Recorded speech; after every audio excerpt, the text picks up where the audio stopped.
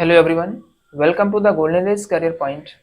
Spotting errors की ये तीसरी क्लास है और इस क्लास में भी हम लोग एसएससी के एग्जाम्स जैसे SSC CHSL, SSC CGL, SSC MTS आदि परीक्षाओं में जो गत वर्षों में स्पॉटिंग एरर्स के प्रश्न पूछे गए हैं उन्हीं को सम्मिलित किया गया इस क्लास में भी। ठीक है, तो आज भी हम लोग 10 प्रश्नों को पढ़ेंगे, यहाँ पर 10 सेंटेंसेस को उनका एनालिसिस करेंगे और उसमें एरर फाइंड आउट करने की कोशिश करेंगे।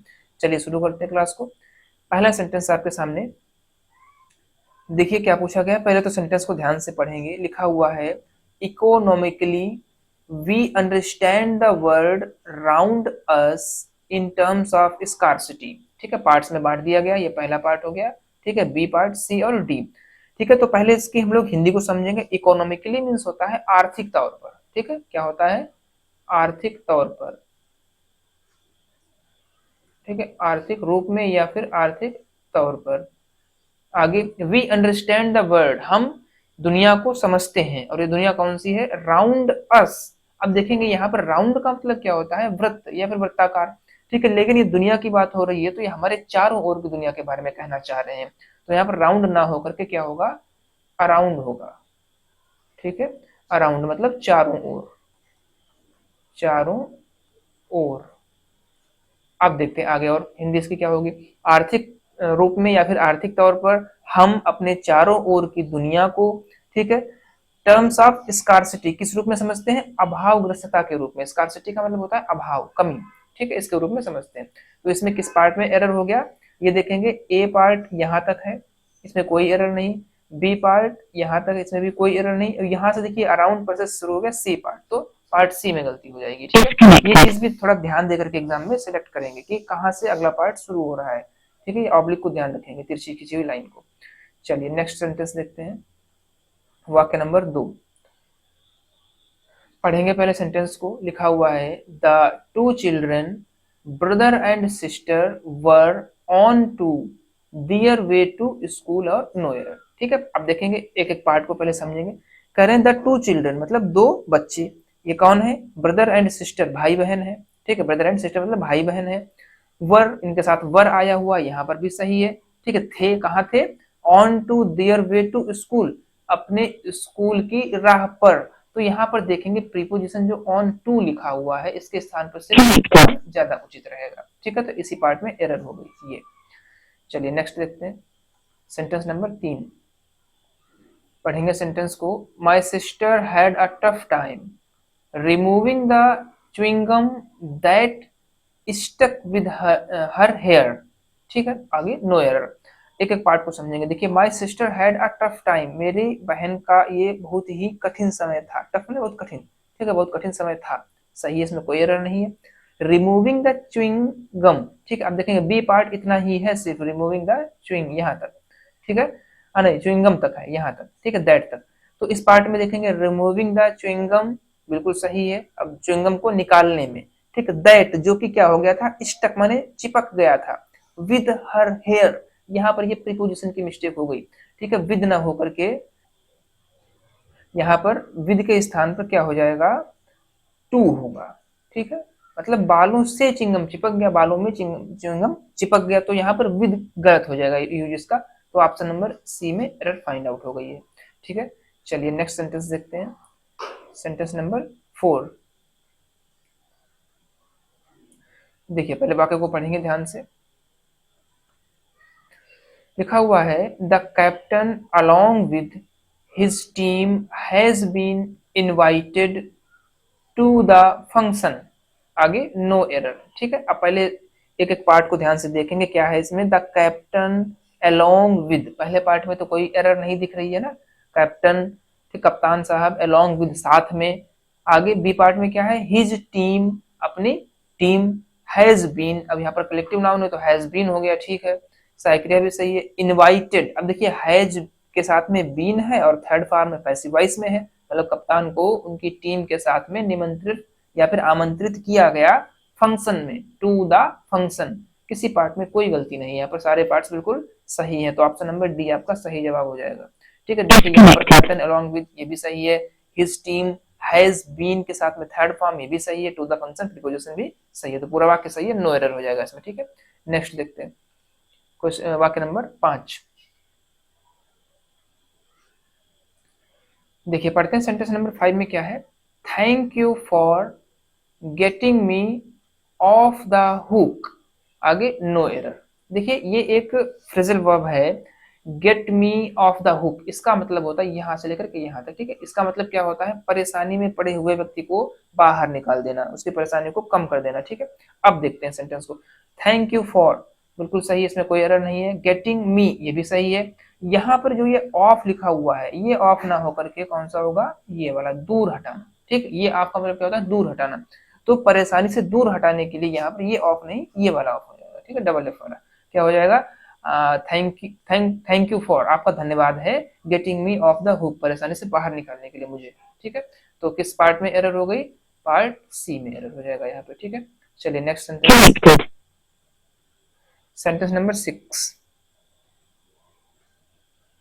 देखते हैं क्या लिखा हुआ है। It comes with her own challenges for a person, आगे नो एरर। अब देखिए यहाँ पर क्या लिखा हुआ, इट कम्स विद, यहाँ पर सब्जेक्ट क्या है, इट है, ठीक है। अब एक चीज ध्यान रखेंगे, सब्जेक्ट वर्ब एग्रीमेंट में क्या होता है, सब्जेक्ट के अकॉर्डिंग ही सारे केस आते हैं यहाँ पर। तो देखिए वर्ब इट के हिसाब से एक वचन है, सिंगुलर है, ठीक है, एस इसका प्रयोग हुआ है, बिल्कुल सही है। इट कम्स विद, कोई एरर नहीं है इसमें। आगे यहाँ पर हम लोगों ने देखा हर लिखा हुआ है, ठीक है, जबकि हर जो है वो किसके साथ में आता है, अगर यहाँ पर सी होता तो ये सही रहता, ठीक है, लेकिन सी ना होकर के यहाँ पर इट है, तो इट के अकॉर्डिंग यहाँ पर पॉजेसिव प्रोनाउन क्या आएगा, इट्स आएगा, ठीक है। हर की जगह पर इट्स, तो एरर किसमें हो गई, बी पार्ट में हो गई। It comes with its own challenges for a person, यह अपनी खुद की परेशानियों के साथ एक व्यक्ति के पास आता है, ठीक है। नेक्स्ट वाक्य नंबर 7। हाँ तो 7 नंबर सेंटेंस में देखिए क्या लिखा हुआ है। Need no worry, these tips will help you optimise your work, ठीक है। अब देखेंगे यहाँ पर नीड नो वरी, बस यहीं पर मिस्टेक हो गई। नीड के साथ में क्या आता है, नीड नॉट आता है, नो नहीं आता है, क्या आता है, नीड नॉट, और इसके साथ में इन्फिनेटिव टू भी आएगा, फिर नीड नॉट टू वरी, ठीक है। दीज टिप्स कह रहे हैं कि चिंता करने की आवश्यकता नहीं है। These tips will help you, ये टिप्स आपकी सहायता करेंगे, to optimise your work. Optimise का मतलब होता है अपने अनुकूल बनाना, आपके कार्य को अपने अनुकूल बनाने में ये टिप्स आपकी मदद करेंगे, आपको चिंता करने की जरूरत नहीं है। तो पार्ट ए में यहाँ पर एरर हो गई, नीड के साथ में नॉट टू आता है, नो नहीं आता है, ठीक है। नेक्स्ट देखते हैं सेंटेंस नंबर 8।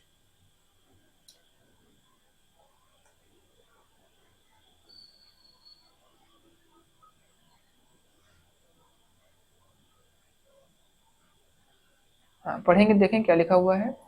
करें due to the snow the marks was unrecognisable, ठीक है। अब देखेंगे यहाँ पर क्या है, कह रहे हैं कि ड्यू टू का मतलब क्या होता है, के कारण, किसके कारण, स्नो, बर्फ के कारण, ठीक है। स्नो मीन्स क्या होता है, बर्फ, बर्फ के कारण जो मार्क्स में निशान थे वो कैसे थे, अनरिकॉग्निजेबल, मतलब पहचान नहीं पा रहे थे, ठीक, पहचानने योग्य नहीं रह गए थे, बर्फ की वजह से ढक गए थे निशान।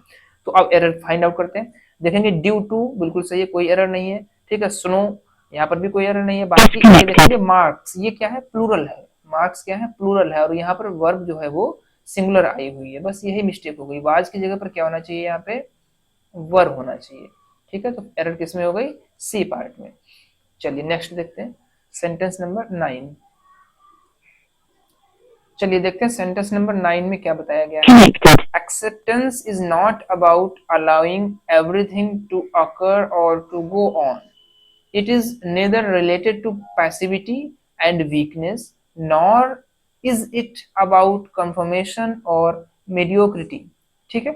अब देखेंगे जरा इसकी हिंदी को पहले समझते हैं। कह रहे हैं कि acceptance is not about allowing everything, कह रहे हैं कि एक्सेप्टेंस मतलब स्वीकृति, स्वीकृति का मतलब ये नहीं है कि सब कुछ अलाउ माने, अलाउ मीन्स क्या होता है, घटित होने दिया जाए, है ना, एवरीथिंग टू अकर, अलाउ माने क्या है कि मतलब अनुमति दे दी जाए सब कुछ घटित होने की, या फिर गो ऑन माने चलते रहने की। फिर से देखेंगे, स्वीकृति का मतलब सब कुछ घटित होने देना या फिर सब कुछ चलते रहने देना नहीं है। आगे, it is neither related to passivity, यह ना तो संबंधित है, पैसिविटी का मतलब क्या होता है, निष्क्रियता, ये मीनिंग भी याद रखेंगे। पैसिविटी का मतलब क्या होता है, निष्क्रियता, ठीक है। अब फिर से देखेंगे, स्वीकृति का मतलब सब कुछ घटित होते रहने देना या फिर सब कुछ चलते रहने देना नहीं होता है, ना ही इसका संबंध निष्क्रियता और कमजोरी से है, या ना तो इसका या जो है वो अबाउट कंफर्मेशन, माने कंफर्मेशन में क्या होता है, कंफर्म कर देना, स्वीकृति, ठीक है, स्वीकृति, और ना ही ये स्वीकृति से सबके बारे में है, या फिर मीडियोक्रिटी, मीडियोक्रिटी माने क्या होता है, सामान्यता या फिर बिल्कुल साधारणता से संबंध है इसका। ठीक है, पूरे वाक्य को देखते हैं। Acceptance is not about allowing everything to occur और टू गो ऑन, मतलब स्वीकृति का संबंध, स्वीकृति का मतलब ये नहीं है कि सब कुछ चलते रहने देना या फिर सब कुछ घटित होते रहने देना। It is neither related to passivity and weakness, या ना तो निष्क्रियता और ना कमजोरी से संबंधित है, और न ही यह स्वीकृति या फिर साधारणता के बारे में है। अब गलती देखते हैं यहाँ पर एरर किसमें, acceptance is not about allowing everything to occur on to go on, इसमें कोई गलती नहीं, ठीक है, ये पार्ट बिल्कुल सही है। इट इज नाइदर या फिर neither related to passivity and weakness, इसमें भी कोई गलती नहीं है। यहाँ पर देखा हम लोगों ने नॉर, देखिए ये कंजक्शन है नाइदर नॉर, तो नाइदर के बाद में या फिर देखिए यहाँ पर क्या है, इट इज सब्जेक्ट है, फिर क्या है, हेल्पिंग वर्ब है, और यहाँ पर देखेंगे हम लोग नॉर इज इट लिखा हुआ है, बस यहीं पर मिस्टेक हो गई, क्या होना चाहिए, इट इज, ठीक है, क्योंकि जिस फॉर्म में ऊपर नेदर का यूज हुआ है उसी फॉर्म में नॉर का भी होना चाहिए, इसके साथ में भी वही पार्ट्स ऑफ स्पीच आने चाहिए, ठीक है। तो it is neither related to passivity and weakness, तो फिर क्या होना चाहिए, nor it is about confirmation, तो एरर हो गई पार्ट सी में, ठीक है। चलिए लास्ट सेंटेंस देखते हैं आज का, सेंटेंस नंबर 10, चलिए पढ़ते हैं। My best wishes are always with you, अब इसमें क्या है देखेंगे, my best wishes are always with you, इसमें भाई कहीं पर गलती दिख रही है, देखेंगे माई बेस्ट विशेज, मेरी सबसे अच्छी शुभकामनाएं, आर ऑलवेज विद यू, हमेशा आपके साथ हैं, इसमें कोई गलती नहीं है, नो एरर, ठीक है। देखिए माई बेस्ट विशेज भी सही है, हेल्पिंग वर्ब भी सही है, विद यू भी सही है, सब कुछ ठीक है, इसमें नो एरर हो जाएगा, ठीक है। तो 10 सेंटेंसेस को हम लोगों ने देखा और एरर को फाइंड आउट किया। देखिए सिर्फ प्रैक्टिस के लिए है, आप ग्रामर अपनी पढ़ते रहिए और यहाँ पर प्रैक्टिस हम लोग देखते रहेंगे कि किस तरीके से प्रश्न पूछे जाते हैं, जैसा कि आप लोग देख रहे हैं सेंटेंस नंबर 10 जो है वो एसएससी सीएचएसएल में आया हुआ है, ठीक है। इस तरीके से ही प्रश्न पूछे जाते हैं सीएचएसएल में और सीजीएल में, ये सारे क्वेश्चन प्रीवियस ईयर्स के ही हैं। तो अपनी तैयारी को बेहतर रूप से जारी रखिए, बने रहिए गोल्डन डेज करियर पॉइंट के साथ में। Thank you.